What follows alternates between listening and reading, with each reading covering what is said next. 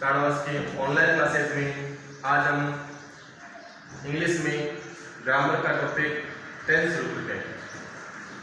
Tense यानी समय को 3 भागों में बांटा गया है: वर्तमान काल, भविष्य काल और भूतकाल। प्रेजेंट टेंस, पास्ट टेंस और फ्यूचर टेंस। सबसे पहले हम टेंस के 3 प्रकार होते हैं।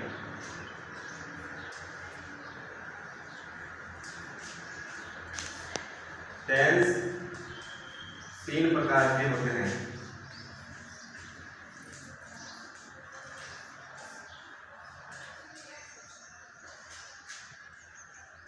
पहला है प्रेजेंट टेंस।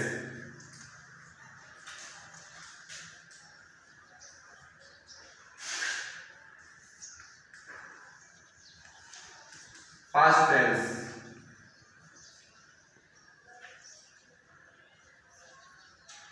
Future tense.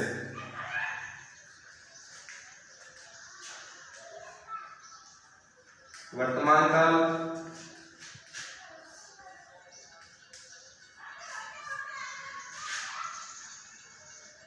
भूतकाल और भविष्य काल।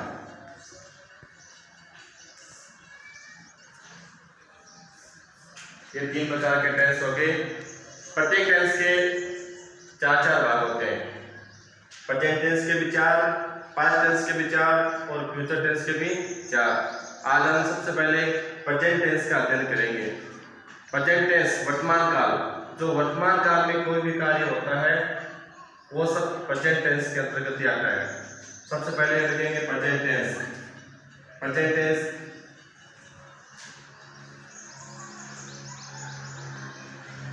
इसका पहला भाग है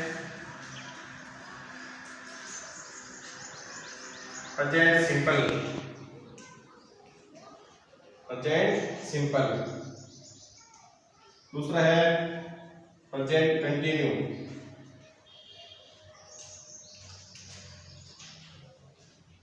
present continue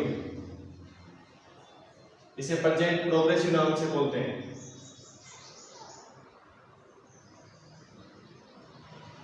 present perfect.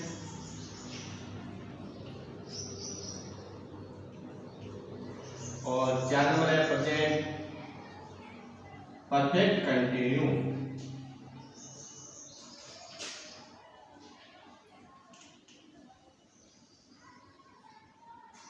Present simple, present continue, present perfect, present perfect continue. इसके हिंदी नाम प्रेजेंट सिंपल साधारण वर्तमान काल, प्रेजेंट कंटिन्यूस और प्रेजेंट परफेक्ट और प्रेजेंट परफेक्ट कंटिन्यूस। साधारण वर्तमान काल, अपूर्ण वर्तमान काल, पूर्ण। परफेक्ट है ना पूर्ण, इसमें कोई भी काम पूरा हो जाता है। कंटिन्यू में कोई काम अधूरा रहता है, अपूर्ण वर्तमान काल। और इसका नाम है प्रेजेंट परफेक्ट कंटिन्यू, पूर्ण वर्तमान काल। अब हम इसका जो पहला टॉपिक है, पहला टेंस, पहला भाग है प्रेजेंट सिंपल। उसका हम पूरा विस्तार रूप अध्ययन करेंगे। टेंस का पहला भाग है प्रेजेंट सिंपल यानी साधारण वर्तमान काल।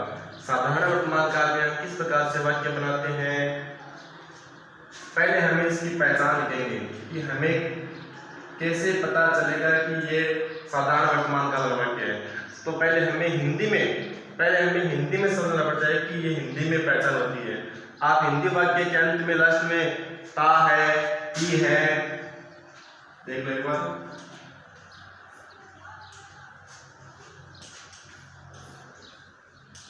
हिंदी वाक्यों के अंत में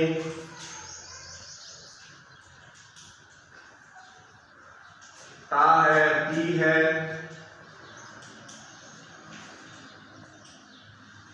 ते है,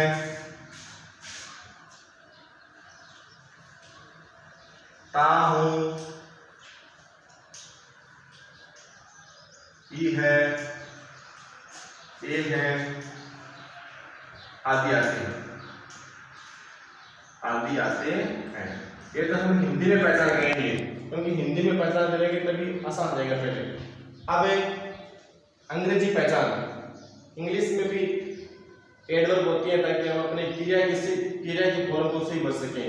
तो क्रिया के फॉर्म को सही भरने के लिए हमें अंग्रेजी पहचान शब्द बोल दो या उनको एडवर्ब बोलते हैं, उनसे हमें पता चल जाता है कि ये वाक्य इस टेंस का है और उस टेंस के हम सही वर्ब वो भर देते हैं। तो इसकी पहचान शब्द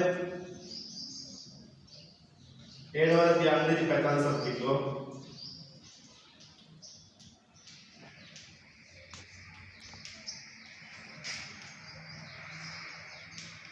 अंग्रेजी पहचान शब्द ऑलवेज,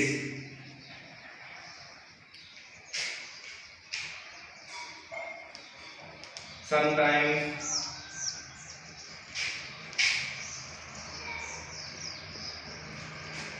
seldom,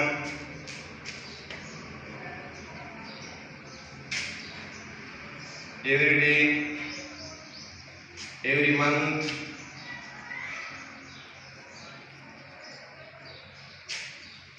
never,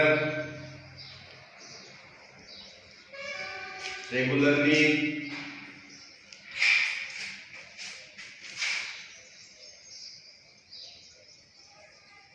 generally,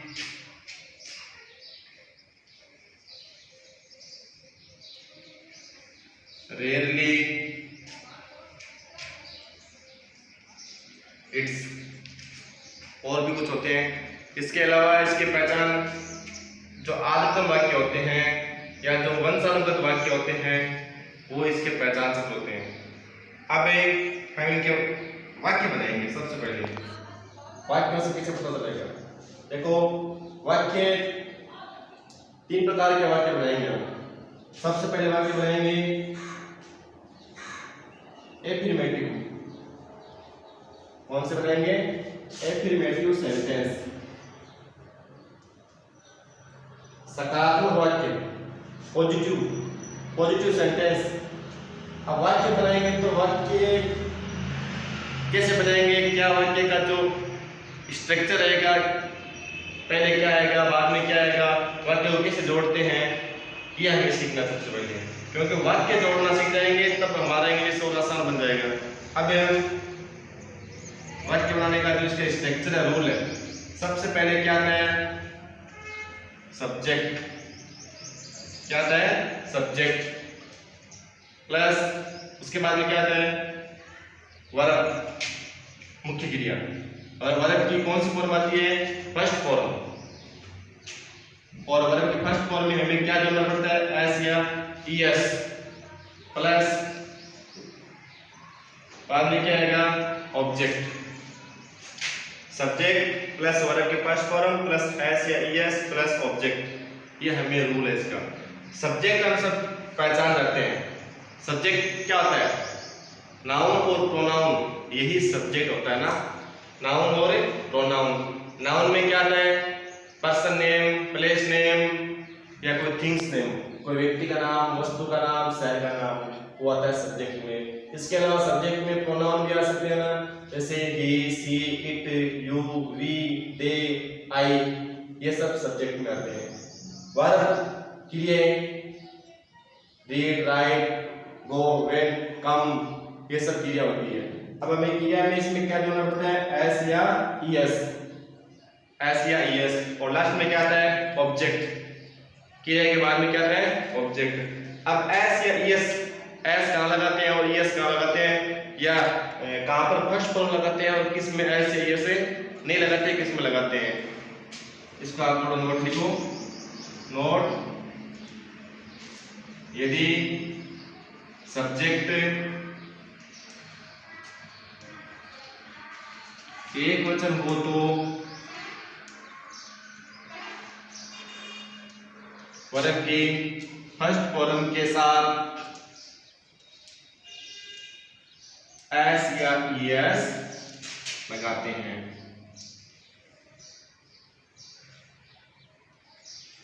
यदि सब्जेक्ट एक वचन हो तो वर्ब के फर्स्ट फॉर्म के साथ एस या ईएस लगाते हैं। अब एस या ईएस तो लगाते हैं, लेकिन इनमें फिर कंफ्यूजन है कि कहाँ एस लगाते हैं और कहाँ ईएस लगाते हैं। इस कंफ्यूजन को भी आपको दूर करना है कि यदि इसमें हमें देखना है क्रिया, जो क्रिया दी होती है, क्रिया का जो अंतिम अक्षर देखना है। यदि क्रिया का अंतिम अक्षर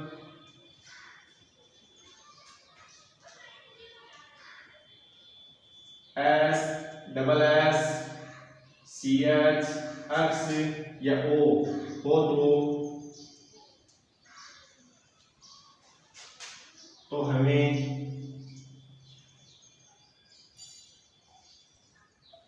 क्रिया में क्या लगाना है? ईएस लगा देंगे।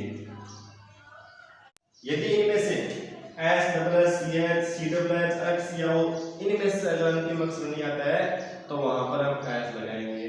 अब आप एस या ये समझ गए, कंफ्यूजन नहीं है कि यदि क्रिया का अंतिम अक्षर इनमें से कोई अंतर है तो वहां तो ईएस लगाएंगे, अन्यथा एस लगाएंगे।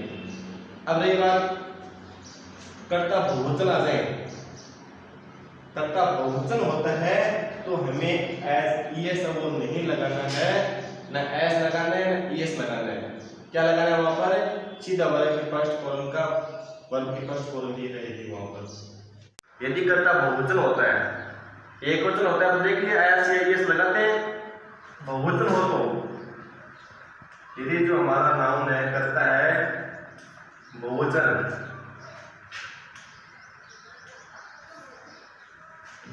हो तो केवल वर्ग की फर्स्ट फॉर्म का ही प्रयोग करेंगे।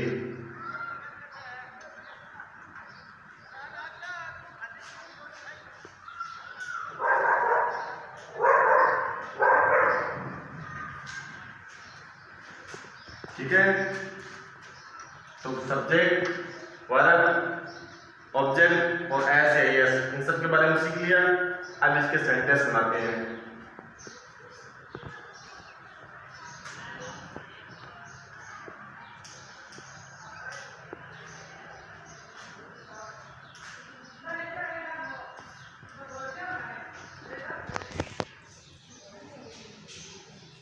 इससे वाक्य है मुकेश पुस्तक पढ़ता है।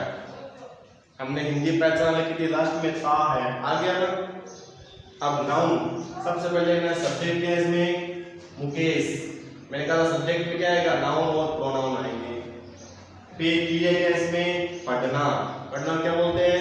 रीड। और ऑब्जेक्ट क्या बन गया इसमें? पुस्तक। एक वचन और बहुवचन का मुकेश, मुकेश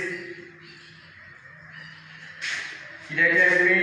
पढ़ता, रीड, READ, रीड। अब था कि एक फर्स्ट फॉर्म है, अब इसमें एस लगेगा, ईएस लगेगा। करता एक वचन है, एक वचन में एस या ईएस लगता है। एस लगेगा, ईएस लगेगा, वो हमें क्रिया का अंतिम अक्षर देखना है। क्रिया का अंतिम अक्षर क्या है इसमें? D. S, S H, C H, X, O इनमें से नहीं आ रहा ना, तब इसमें अंतिम अक्षर डी है। तो बताओ एस लगाएंगे, ईएस लगाएंगे? एस लगाएंगे इसमें। रीड्स। लास्ट में क्या बच गया? ऑब्जेक्ट। क्या है इसमें? पुस्तक। क्या बोलते हैं? बुक।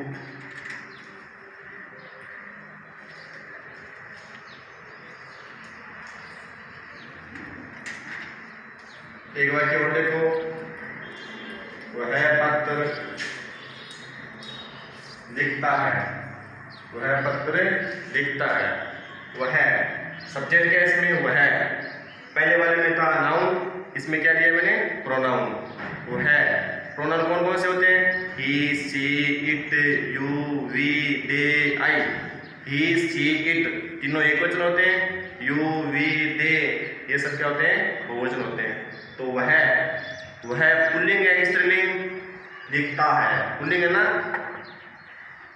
वह तो क्या बोलेंगे? ही। लिखना, क्रिया क्या? लिखना, राइट, WRIT, राइट। ये एक वचन है तो एस या एस बनाएंगे। अंतिम अक्षर ई आ गया तो क्या रहेगा? एस। लेटर। एक और देव सेंटेंस,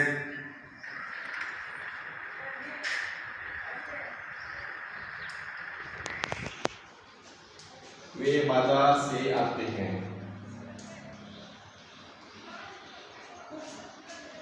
वे क्या बोलते हैं? दे। EIGY, दे।